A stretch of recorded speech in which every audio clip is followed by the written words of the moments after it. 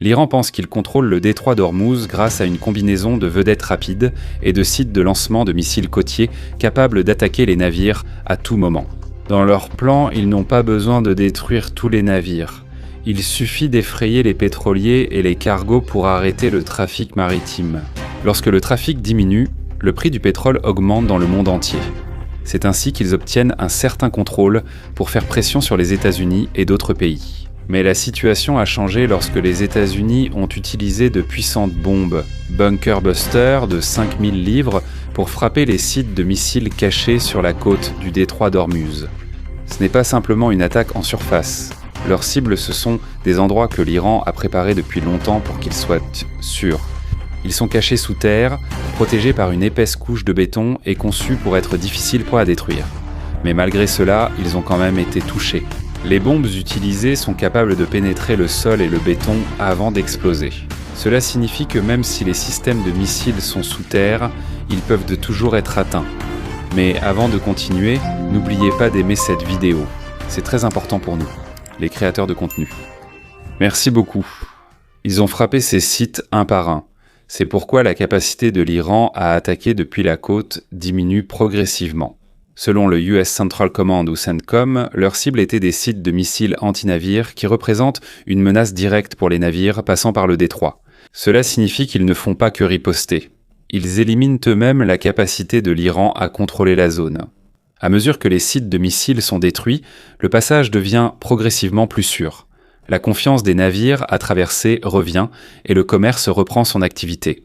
Pour mieux comprendre, il est important de voir comment l'Iran utilise le détroit d'Ormuz. Il y a deux principales méthodes. La première, ce sont les vedettes rapides. Ces bateaux sont petits mais rapides. Ils peuvent s'approcher des pétroliers, attaquer avec des armes à feu ou des missiles, puis se replier rapidement. C'est un peu comme une tactique de frappe puis repli. Ils sont difficiles à attraper sans maîtriser l'espace aérien, mais malgré leur danger, ils ont des limites. Quand les États-Unis ont des avions au-dessus, surtout ceux capables de voler à basse altitude et de cibler précisément, ils peuvent traquer et détruire ces bateaux. Deuxièmement, et c'est plus grave, il s'agit des missiles de croisière anti-navires, le principal problème. Ces missiles sont montés sur des camions et peuvent être déplacés n'importe où le long de la côte. Ils ne sont pas fixes à un seul endroit. Ils peuvent y se cacher dans les montagnes, dans des tunnels ou dans des bases secrètes, et ils sont capables d'attaquer à distance avant même que la cible ne s'approche. Cela signifie que même si tu ne contrôles pas toute la mer, tant que tu peux toucher n'importe qui passe, tu gardes quand même le contrôle. C'est pourquoi la stratégie iranienne a d'abord été efficace, mais la stratégie américaine est alors entrée en jeu.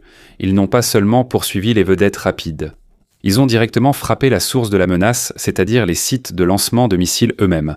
En utilisant des bombes anti-bunker, ce n'est pas seulement un missile qui est détruit, c'est tout le système qui disparaît. Cela comprend les lanceurs, entrepôts et équipements de soutien.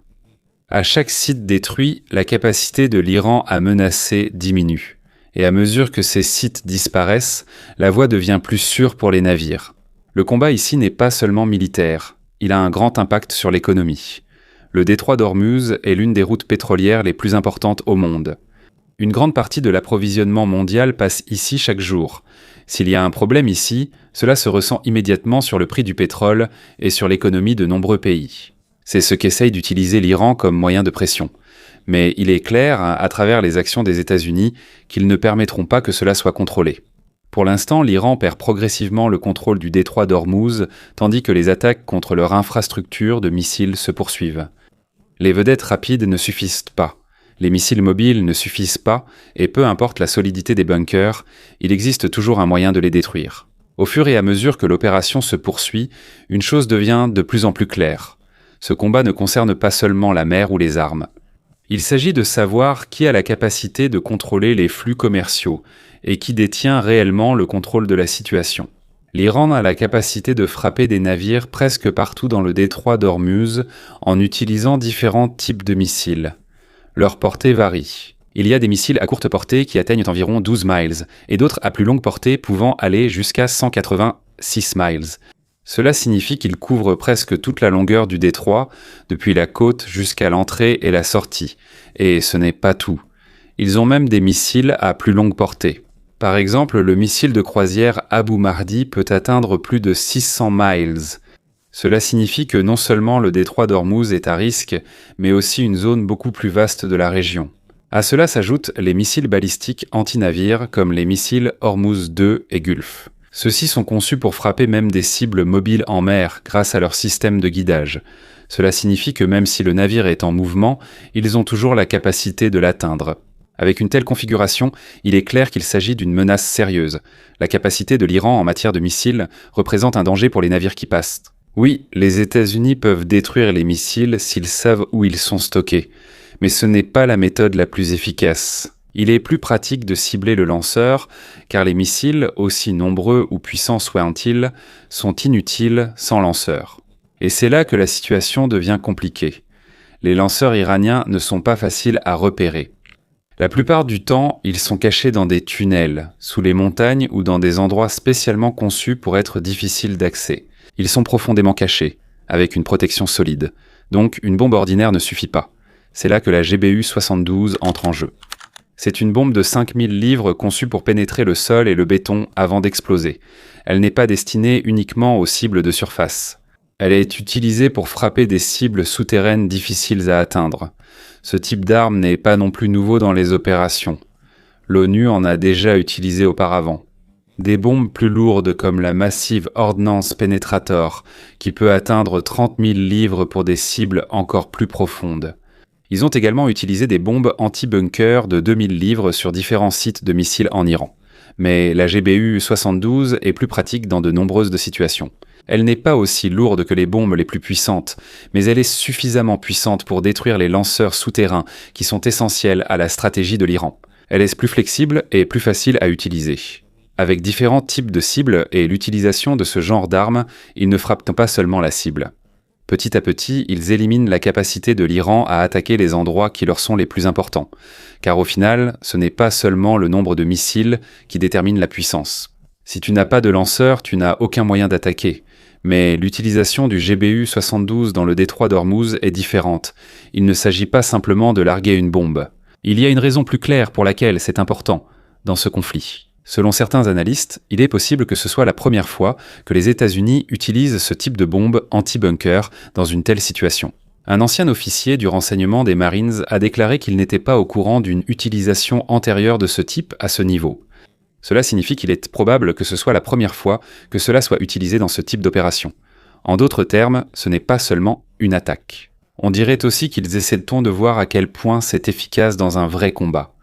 Les États-Unis préparent ce genre d'armes depuis longtemps. Ils savent qu'il y a des pays comme l'Iran qui possèdent des installations souterraines très profondes et solides. C'est pourquoi ils ont fabriqué une bombe capable de pénétrer et de frapper ce genre de cible. Mais il y a un point simple qui est important ici. Il n'est pas nécessaire de détruire tout le bunker pour le rendre inutile.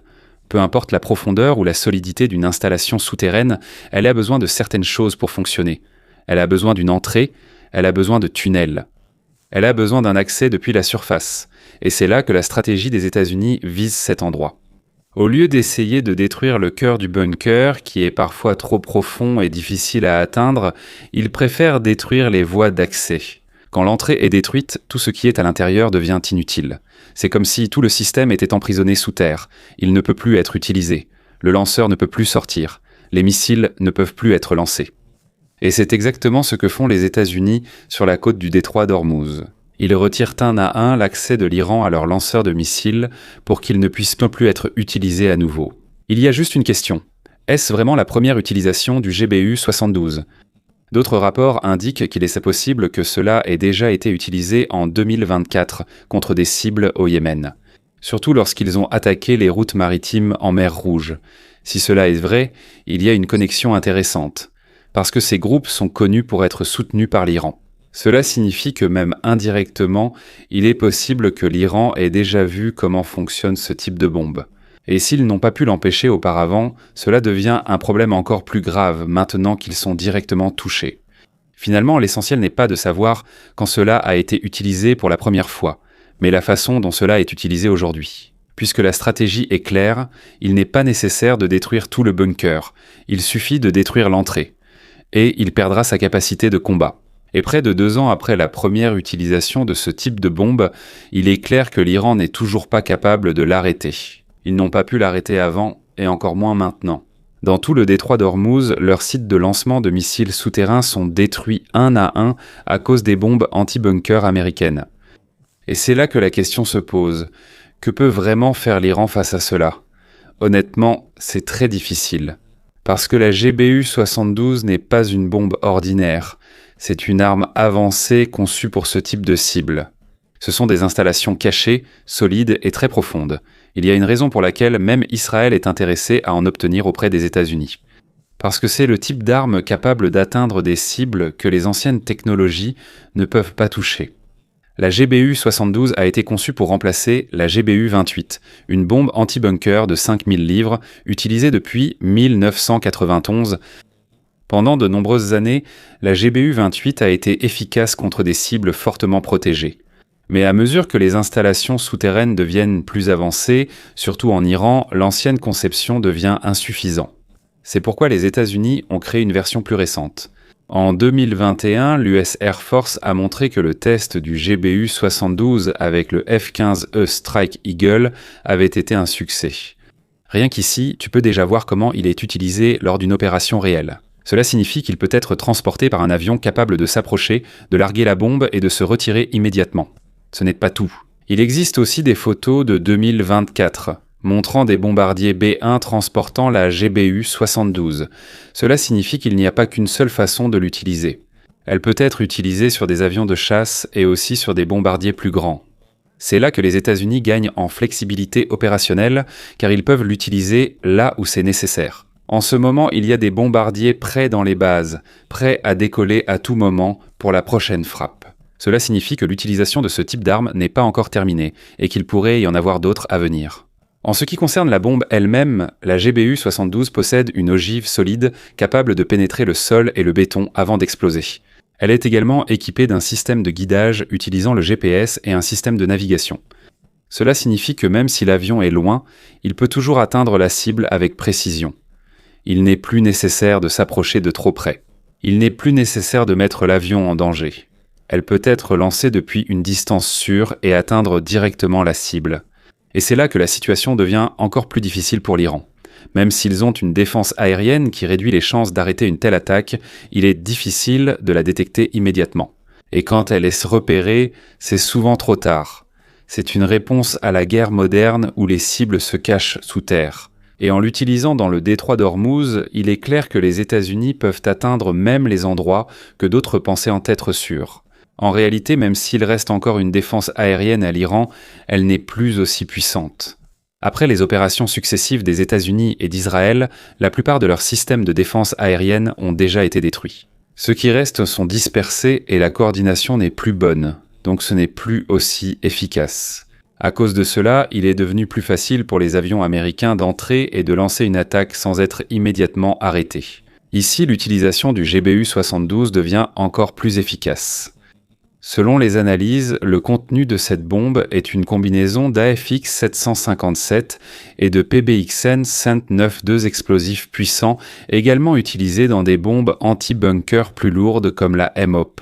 Cela signifie qu'il ne s'agit pas d'une simple mise à niveau, mais d'une puissance déjà éprouvée dans diverses opérations. Tous les détails concernant la GBU-72 ne sont pas encore complets, mais il y a déjà suffisamment d'éléments pour comprendre à quel point elle est si puissante. Par exemple, l'ancienne GBU-28 est capable de pénétrer du béton épais et profondément dans le sol.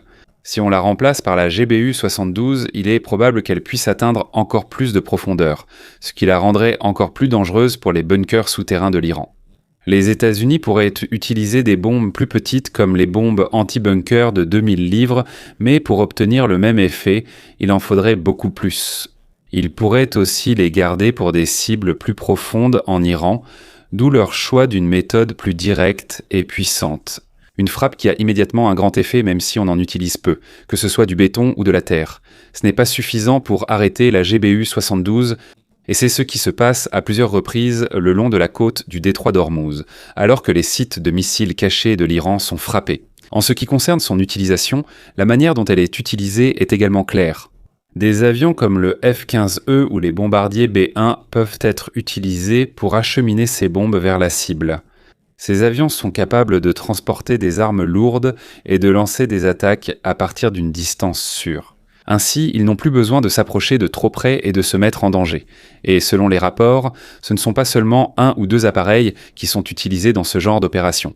Beaucoup sont déployés en même temps pour s'assurer que la cible sera atteinte et que le système sera complètement détruit. Au final, on voit que ce n'est pas seulement une question d'armes. C'est un combat pour savoir qui a la capacité de contrôler les mouvements en mer et qui a la capacité de maintenir ou d'éliminer la menace. Vu l'ampleur de l'attaque, il est probable que d'autres moyens que des avions de chasse aient été employés. Il y a des indications que les bombardiers B-1 ont été les principaux à transporter la GBU-72 lors de l'opération, et il y a une raison claire à cela. Un bombardier B-1 peut transporter plusieurs GBU-72 en une seule sortie, tandis que le F-15E est limité à une seule bombe par appareil. Cela signifie que si vous voulez larguer plusieurs bombes lors d'une frappe rapide, il est plus pratique d'utiliser le B-1, plus de puissance de feu en un seul passage, moins d'appareils nécessaires pour entrer, et un risque plus faible face aux défenses aériennes restantes de l'Iran. Cela ne veut pas dire que le F-15E n'a pas de rôle à jouer. Il est possible qu'ils aient été utilisés pour les frappes initiales ou les attaques de suivi, entrant et sortant rapidement pendant que les bombardiers plus gros faisaient le travail principal. Mais si l'on parle du nombre de GBU-72 largués, il est probable que le B-1 soit celui qui a le plus contribué. Si les rapports affirmant qu'une douzaine de bombes ont été utilisées sont exacts, il ne s'agit pas d'une petite attaque, mais d'une frappe coordonnée majeure. À ce stade, une chose est sûre, la GBU-72 a déjà été déployée, dans le détroit d'Ormuz. Elles ont été utilisées lors d'une opération majeure contre l'infrastructure de missiles de l'Iran. 2 questions demeurent, pourquoi maintenant et quelle est la prochaine étape ? Pour comprendre pourquoi cela s'est produit maintenant, il faut regarder ce que fait l'Iran dans le détroit d'Ormuz. Depuis le début de l'opération, l'Iran a essayé de bloquer le passage, et au début ils ont été efficaces. Ils ont utilisé une combinaison de mines, de drones, de vedettes rapides et de missiles anti-navires pour empêcher les navires de passer. Ainsi, une grande partie de l'approvisionnement énergétique mondial transitant par le détroit a été affectée. Lorsque le flux ralentit ou s'arrête ici, le prix du pétrole augmente immédiatement dans le monde entier. Cela se fait sentir non seulement dans la région, mais aussi dans de nombreux pays. C'est le levier que l'Iran veut utiliser. Ils veulent tant montrer qu'ils sont capables de perturber l'économie mondiale pour forcer les États-Unis à reculer. Parce que le détroit d'Ormuz n'est pas simplement une voie navigable, c'est l'un des points d'étranglement les plus importants au monde. Un grand pourcentage du pétrole et du gaz passe par ici chaque jour. Et comme une partie de ces eaux est sous le contrôle de l'Iran, cela devient naturellement un goulot d'étranglement. Un endroit facile à surveiller et à contrôler. C'est la raison pour laquelle les États-Unis surveillent cette zone depuis longtemps. Et maintenant, au milieu du conflit, il est clair qu'ils ne permettront pas que cela reste sous le contrôle de l'Iran. C'est pourquoi la GBU-72 a été utilisée maintenant. Ce n'est pas une simple question de timing. C'est une réponse directe à la tentative de l'Iran de contrôler le détroit et de l'utiliser comme moyen de pression contre le commerce mondial. Et en utilisant ce type d'armes, le message est clair. Les États-Unis ne permettront pas que le détroit et HeroX soient utilisés comme moyen de contrôler ou d'intimider le monde. Et maintenant, c'est la raison pour laquelle les États-Unis utilisent ce genre de détroit d'Ormuz. Ce n'est pas qu'une menace. Des attaques réelles ont déjà eu lieu. En seulement quelques semaines après le début de l'opération, de nombreux navires ont été touchés ou ont été la cible de tentatives d'attaque dans et autour du détroit. L'effet a été immédiat. Le passage des navires s'est presque arrêté. Alors qu'auparavant, plus de 100 navires passaient en chaque jour, ce nombre est maintenant tombé à seulement quelques-uns, parfois 3 ou 4 par jour. Ce n'est pas la fermeture officielle de la voie, mais la peur. Même si la route est ouverte, la menace de missiles ou d'attaques dissuade tout le monde de prendre ce risque. Et c'est précisément la stratégie de l'Iran. Ils n'ont pas besoin de détruire tous les navires. Ils doivent seulement montrer qu'ils sont capables d'attaquer à tout moment. Et cela suffit pour effrayer les compagnies maritimes et les pousser à éviter la zone. Pendant de nombreuses années, beaucoup ont cru que l'Iran ne pouvait pas fermer le détroit. On disait que c'était trop important pour le monde, et que l'impact serait immense si cela arrivait. C'est pourquoi beaucoup pensent que les États-Unis et leurs alliés ne le permettraient pas. Mais aujourd'hui, la situation est différente. Ce n'est peut-être pas une fermeture totale sur le papier, mais en réalité l'effet est presque le même. Le passage n'est pas officiellement fermé, mais il est contrôlé par la peur. Et c'est là que la réponse des États-Unis est intervenue. L'utilisation du GBU-72 contre les sites de lancement de missiles n'est pas simplement une revanche. C'est la solution directe au problème. Si la menace vient des missiles, ils détruiront les sites d'où partent les missiles. Et c'est exactement ce qu'ils font sur toute la côte du détroit. Mais l'histoire ne s'arrête pas là. Nous revenons à une question plus vaste. Quelle est la suite ? La réponse des États-Unis est claire. Ce n'est pas encore fini. Ils continueront à chercher et à détruire toute menace à la libre circulation des navires dans le détroit. Ce n'est pas une opération ponctuelle. Cela va continuer. Tant qu'il restera des sites de missiles, il y aura une prochaine cible. Tant que l'Iran aura la capacité d'attaquer, il y aura une autre frappe. En même temps, il ne s'agit pas seulement d'attaque. Ce que font les États-Unis, c'est qu'ils recueillent aussi des informations. Ils cherchent où il reste encore des lanceurs, où il y a encore des systèmes cachés, et d'où pourrait venir la prochaine menace. Et quand ils les trouvent, une frappe suit. Dans ce genre de situation, la capacité de l'Iran à contrôler le détroit disparaît peu à peu. Ce n'est pas soudain, mais petit à petit, cible par cible, système par système. Et au fil du temps, une chose devient de plus en plus claire. Le combat ici ne consiste pas seulement à savoir qui a le plus d'armes, mais qui a la capacité d'empêcher l'adversaire d'utiliser ses armes. Les bombardiers B-1 sont toujours présents à la base RAF Fairford, donc il est clair que les États-Unis peuvent répéter ce genre de frappe à tout moment. Ce n'était pas un acte isolé. C'est fini. Ils peuvent le refaire si besoin, peut-être encore plus puissamment. Les États-Unis n'agissent pas seulement sur le champ de bataille. Il y a aussi une pression venant d'en haut. Donald Trump a adressé un avertissement direct à l'Iran, leur donnant 48 heures pour rouvrir le détroit.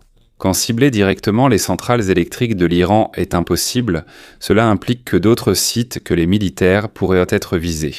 Même les infrastructures qui fournissent de l'électricité à tout le pays pourraient être affectées. Le message est clair. Si l'Iran utilise le détroit comme moyen de pression, les conséquences politiques seront plus lourdes. Mais l'Iran ne s'est pas non plus immédiatement retiré. Mohammad Bagher Ghalibaf a répondu, et le ton de leur avertissement était également clair. Si leurs infrastructures sont touchées, ils riposteront. Ils répondront en ciblant les installations énergétiques vitales, et ce n'est pas une simple réponse. Ils ont également déclaré que cela pourrait avoir un impact continu sur le prix du pétrole. Cela signifie qu'ils sont prêts à élargir le conflit si nécessaire. Malgré ces propos durs, des signes montrent que la pression des États-Unis a déjà commencé à faire effet. Des rapports indiquent que l'Iran ouvrira le détroit d'Ormuz à la plupart des navires, sauf à ceux qu'ils considèrent comme liés à l'ennemi. Et c'est là que la situation devient compliquée. Qui sera considéré comme ennemi ? Les navires américains en feront sûrement partie. Mais qu'en est-il des navires d'autres pays ayant des liens avec les États-Unis ? Et les alliés ? Qu'en est-il des pays qui ne font que commercer ? C'est là que la frontière devient floue. Et c'est aussi ici qu'on verra si la tension diminue vraiment ou si l'Iran essaie simplement de montrer qu'il garde le contrôle.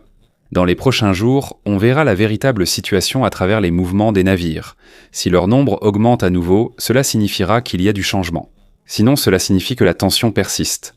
Pendant ce temps, même si les États-Unis donnent un ultimatum, leur message est aussi ambigu. D'un côté, Donald Trump affirme qu'ils peuvent agir même seuls. Mais d'un autre côté, il invite aussi les alliés à aider à surveiller le détroit. C'est un peu contradictoire, mais une chose est claire. Les États-Unis sont prêts à agir seuls ou avec d'autres. Et si des alliés comme l'OTAN interviennent, la présence dans le détroit d'Ormuz sera renforcée. Plus de navires, plus d'yeux, et il devient plus difficile pour un seul pays de tout contrôler. À ce stade, le combat ne concerne plus seulement les missiles ou les bombes. Il s'agit de contrôle. Celui qui contrôle l'un des routes énergétiques les plus importantes au monde. Et plus le temps passe, plus une chose devient claire. Cela ne se terminera pas de sitôt. La situation se tend dans le détroit d'Ormuz, attirant désormais l'attention d'autres pays que les États-Unis et l'Iran.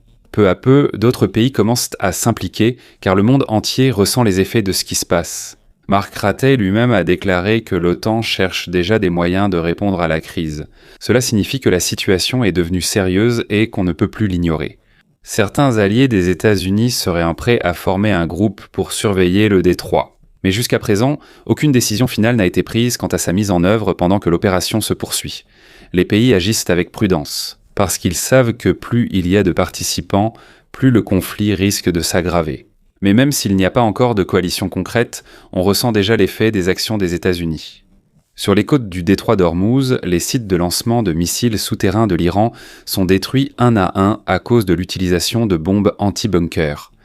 Les endroits qu'ils utilisaient auparavant pour menacer les navires disparaissent peu à peu, et en même temps, leur capacité à contrôler le passage s'affaiblit. Même si cela ne se fait pas immédiatement, il est clair que leur puissance dans la région diminue progressivement. Et les problèmes de l'Iran ne s'arrêtent pas là. Même en ce qui concerne les drones, un nouveau défi se profile. Une aide potentielle pourrait venir d'Ukraine sous la forme de drones intercepteurs. Ce sont des drones qui ne se contentent pas d'attaquer, mais qui peuvent intercepter et détruire d'autres drones avant qu'ils ne causent des dégâts. Si cette technologie arrive dans le détroit d'Ormuz, la tâche sera encore plus difficile. L'Iran aura alors plus de mal à utiliser la stratégie de drone sur laquelle il comptait depuis longtemps. À ce stade, la bataille ne concerne plus seulement la quantité d'armes, il s'agit désormais de la rapidité d'adaptation et d'ajustement de la stratégie. Celui qui apprend et s'adapte le plus rapidement aura l'avantage. Et plus la situation dure, plus une chose devient claire. Ce n'est plus simplement un conflit entre deux pays. La situation s'aggrave et d'autres pays risquent d'être impliqués si elle n'est pas vite maîtrisée.